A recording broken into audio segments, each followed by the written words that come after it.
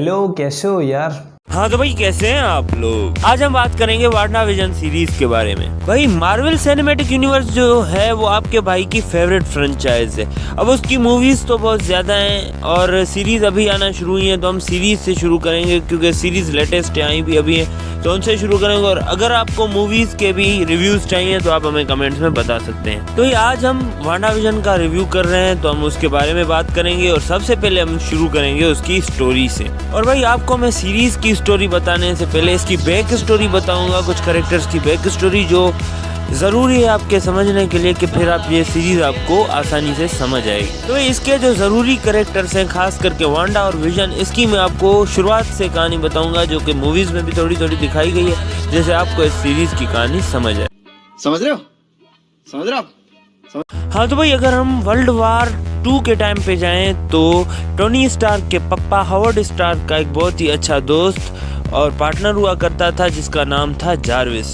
और उसके बाद स्टार्क इंडस्ट्रीज में हावर्ड स्टार्क ने एक एआई बनाया, आर्टिफिशियल इंटेलिजेंस, जिसका नाम उसने जारविस रखा क्योंकि उसके बहुत प्यारे दोस्त का नाम भी जारविस था। तो भाई अब ये जो जारविस था ये स्टार्क इंडस्ट्रीज को कंट्रोल करता था टोनी स्टार्क के आयरन मैन बनने तक।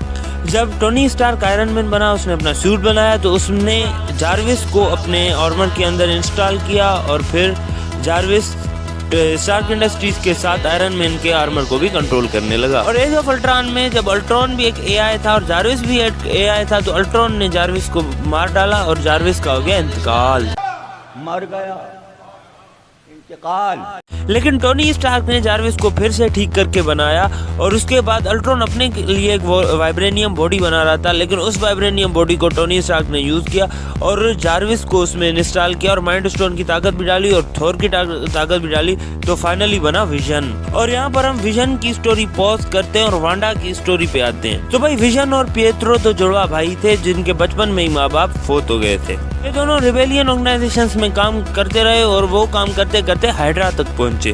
हाइड्रा ने इन दोनों बहन भाइयों को पावर्स दी, माइंड स्टोन का इस्तेमाल करते हुए वांडा को मैजिकल पावर दी और पिएत्रो को स्पीड की पावर दी। ऐसे ही वांडा और पिएत्रो भी पहुंचे एज ऑफ अल्ट्रॉन की कहानी तक। अब एज ऑफ अल्ट्रॉन में पिएत्रो का हो गया इंतकाल और वांडा फिर से गम में चली गई। और एज ऑफ अल्ट्रॉन के इवेंट्स के बाद वांडा और विजन के बीच में फीलिंग्स आई और सिविल वार तक उनका ट्रू लव स्टार्ट हो चुका था। सिविल वार्स में अवेंजर्स की खुद की 2 टीम्स बन गई, वो आपस में लड़े, लेकिन उसके बाद भी इन दोनों का लव कंटिन्यू था। अब इन्फिनिटी वार में थेनोस ने विजन को मार डाला क्योंकि उसको चाहिए था माइंड स्टोन जो कि विजन के सर पे था, तो इसलिए विजन का हो गया इंतकाल। मर गया, इंतकाल।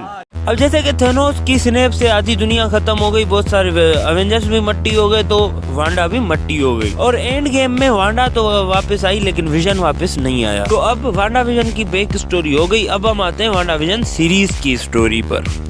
अब जो पहले 3 एपिसोड्स थे उसमें तो हमें एक पुराने शोज की सूरत में कहानी दिखाई गई, लेकिन उसमें विजन जिंदा था, तो ये देख के आपको लगेगा कि विजन जिंदा कैसे हुआ। 3 एपिसोड्स में क्या और क्यों हो रहा था ये आपको आगे पता चलेगा, तो फिलहाल इसको रहने देते हैं और हम आते हैं 4th एपिसोड पे। तो भाई 4th एपिसोड आप देखोगे तो आपको पता चलेगा कि आप ओरिजिनल कोई मार्वल की चीज देख रहे हो और आपको सब कुछ समझ आएगा कि चल क्या रहा है।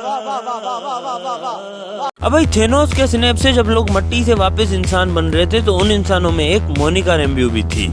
अब मोनिका रैम्ब्यू को सब कुछ पता चल जाता है क्या हो रहा है, क्यों हो रहा है। लोग गए थे फिर वापस आए स्नेप की वजह से, तो फिर 4 महीने वो छुट्टी करती है। उसके बाद वो वापस अपने ऑफिस आती है, सॉर्ड के ऑफिस, क्योंकि वो सॉर्ड के लिए काम करती है। तो मोनिका को ये बताया जाता है कि एक जगह है वेस्टव्यू, वहाँ अजीब चीजें हो रही है, लोग जा रहे हैं वापस नहीं आ रहे, वहाँ के लोग गायब हो चुके हैं, आप प्लीज वहाँ जाके देखें कि चल क्या रहा है। तो वहाँ मोनिका जाती है, लेकिन वो चली जाती है उस एरिया के अंदर, तो फिर बाहर के लोग परेशान हो जाते हैं कि अब वो कहाँ गई। बहुत सारे सॉर्ड के लोग जमा होते हैं और एक्सपर्ट्स भी बुलाए जाते हैं, और उन्हीं एक्सपर्ट्स में एक होती है डॉर्सी, जिसको आप थॉर की मूवीज में देख चुके हैं। डॉर्सी को कुछ रेज मिलती हैं जो कि टीवी के लिए यूज होती थी, तो डॉर्सी उनको बोलती है कि मुझे टीवी लाके दो, मैं आपको बता रही हूँ कि क्या हो रहा है। तो जैसे टीवी कनेक्ट होता है तो डॉर्सी को फिर अंदर वो दिखता है जो हम पहले 3 एपिसोड में दिख रहे थे। तो भाई वो उस एरिया के अंदर जो कुछ भी हो रहा है वो बाहर दिखता है उस टीवी के जरिए एक सिटकॉम की फॉर्म में। तो भाई मतलब वो सिटकॉम एपिसोड बाय एपिसोड उसका टाइम वेरिएट हो जाता है। फर्स्ट एपिसोड 50s के दौर में, दूसरा 60s के दौर में और तीसरा 70s के दौर में। तो सॉर्ड वाले समझने की कोशिश करते हैं हो क्या रहा है, क्योंकि उसमें वांडा और विजन दिखते हैं। अब वांडा को तो सही है, लेकिन लोग ये परेशान होते हैं कि विजन यहाँ पर कैसे आया।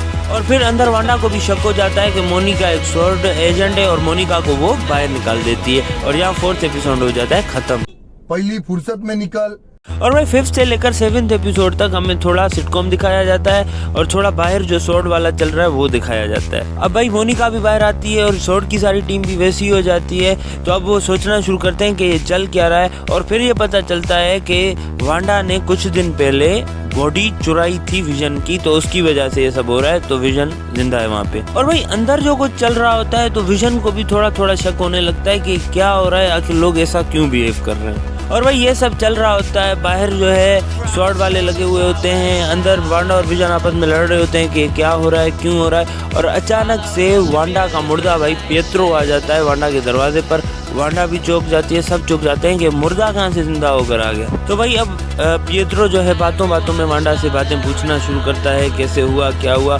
और विजन उनको बोलता है मैं थोड़ा बाहर से होकर आता हूँ, मुझे काम है। मतलब वो झूठ बोल के एरिया के बाहर जाने की कोशिश करता है। अब विजन बाहर जाने की कोशिश करता है, जैसे ही वो एरिया से बाहर जाता है वो खत्म होना शुरू होता है। वांडा को पता चल जाता है और वांडा एरिया को बढ़ा देती है। भाई एरिया बढ़ जाता है और विजन अब दोबारा अब घर जाने की कोशिश करता है, क्योंकि उसको डोर्सी भी एरिया के अंदर आ चुकी होती है और वो उसको बहुत कुछ बता चुकी होती है। और अब विजन वापस वांडा के पास जाना चाहता है। और जो मोनिका थी वो अब तीसरी बार एरिया के अंदर जाती है और उसकी वजह से उसको सुपर पावर्स मिल जाती है। अब जैसे ही मोनिका वांडा के साथ मिलती है तो वांडा गुस्सा हो जाती है, तुम क्यों आई हो। और एक और औरत होती है वहाँ पे, एलिस वांडा के साथ मिलके मोनिका को भगा देती है, और एलिस और वांडा अंदर आते हैं। तो अब वांडा को ये फील होता है कि उसके बच्चे कहाँ हैं। ये ढूंढते ढूंढते बेसमेंट में जाती है, और बेसमेंट में जाती है तो उसको एक अजीब ही समा नजर आता है, वो चौंक जाती है। और वहाँ उसको एलिस भी नजर आती है। और फिर एलिस उसको बोलती है कि मैं कोई एलिस वेलिस नहीं हूँ, मैं अगाथा हार्कनेस हूँ, और मैं तुमसे भी बड़ी जादूगरनी हूँ, यहाँ तुम एक जादूगरनी नहीं हो। और भाई अब 8th एपिसोड आ चुका है, और अब आपको सारा मतलब नाव का दिखा रहे हैं, और अब कोई भी सिटकॉम वगैरह नहीं है, सारा नॉर्मल है। और अभी आप जो भी देखेंगे ना, मतलब बाकायदा जो फुटेज मार्वल की होती है आप उसी क्वालिटी में उसी लेवल का देखेंगे। तो पहले तो हमें अगाथा हार्कनेस की पुरानी स्टोरी दिखाई जाती है कि क्यों वो अगाथा हार्कनेस जादूगरनी कैसे बनी और उसके पास्ट में क्या हो चुका है। अब अगाथा हार्कनेस वांडा को उसके पुराने इवेंट्स में लेके जाती है, जब उसके माँ बाप के ऊपर धमाका हुआ, और जब वो जादू उसको मिला, और जब उसका भाई मरा। तो इन इवेंट्स में उसको ले जाती है, और आखिरी इवेंट वो होता है जब वो विजन की बॉडी लेने गई थी। तो उसकी ये मेमोरीज है कि आहिस्ता आहिस्ता अगाथा को सब पता चलता है। और लास्ट मेमोरी ये होती है कि वो विजन की बॉडी लेने जाती है, उसको बॉडी नहीं दी जाती, तो वो उस जगह पे जाती है जो विजन ने खरीदी थी इन दोनों के रहने के लिए। अब वहाँ वो दुख में मतलब होती है, तो वहाँ उसके अंदर से एक विजन निकलता है, और फिर वो सारा एरिया मतलब जादू में हो जाता है, और ये सारा जो सिटकॉम वगैरह हम देख रहे थे वैसा बन जाता है। तो अब अगाथा सब कुछ जान जाती है, और फिर वो अगाथा उसके बच्चों को पकड़ती है और वांडा को ब्लैकमेल करती है कि अगर मुझे कुछ करोगी तो मैं तुम्हारे बच्चों को मार दूंगी। तो एक तरफ ये चलता रहता है, और दूसरी तरफ जो विजन की बॉडी स्वॉर्ड वालों के पास थी, स्वॉर्ड वाले उसको रीअसेंबल करके ऑनलाइन कर देते। अब वो विजन की बॉडी भी अंदर जाके पहुंचती है, और जो विजन वांडा को ढूंढ रहा था वो भी ढूंढता हुआ घर पहुंचता है। तो भाई लास्ट में हमें जबरदस्त फाइट होती दिखती है। एक तो दोनों विजन्स की, वाइट विजन जिसको आर्मी वाले बनाते हैं, और दूसरा विजन जो वांडा बनाती है, और वांडा और अगाथा हार्कनेस की होती है। और जो वहाँ पर घुस आते हैं स्वॉर्ड वाले, उनको संभालते हैं मोनिका और वांडा के बच्चे। अब मोनिका और वांडा के बच्चे तो स्वॉर्ड वालों को रोक लेते हैं, और वांडा और अगाथा की जो फाइट होती है उसमें भी वांडा जीत जाती है, और अगाथा की वो सारी पावर्स अपने पास ले लेती है और उसको एग्निस बना देती है। और जो विजन और वाइट विजन की फाइट चल रही थी, तो विजन थोड़ी सी अपनी मेमोरीज वाइट विजन को दे देता है, तो वाइट विजन की सारी मेमोरीज वापस आ जाती हैं। तो वाइट विजन को ये एहसास होता है कि वो बुरा नहीं है, उसको स्वॉर्ड वालों ने बुरा बनाया, और वो भी अच्छा विजन बन के उड़ जाता है। और जो ये विजन शुरू से था वो वापस वांडा के पास आता है, और सब कुछ ऐसे समझे हैप्पी हो जाते हैं। अब वांडा ये सोचती है कि हमारा तो सही है, हमारी फैमिली तो फिर से एक साथ हो गई, लेकिन दूसरे जो लोग तकलीफ में और जिनको वांडा ने कंट्रोल कर रखा है, तो उनकी तकलीफ अब वांडा को समझ आई। तो अब उन लोगों की वजह से वांडा ने वो एरिया दोबारा कम करना शुरू किया, और वो एरिया आहिस्ता आहिस्ता खत्म हो गया। उस एरिया के खत्म होने के साथ वांडा के बच्चे भी खत्म हो गए, और विजन भी खत्म हो गया। खत्म, bye bye, tata, good bye.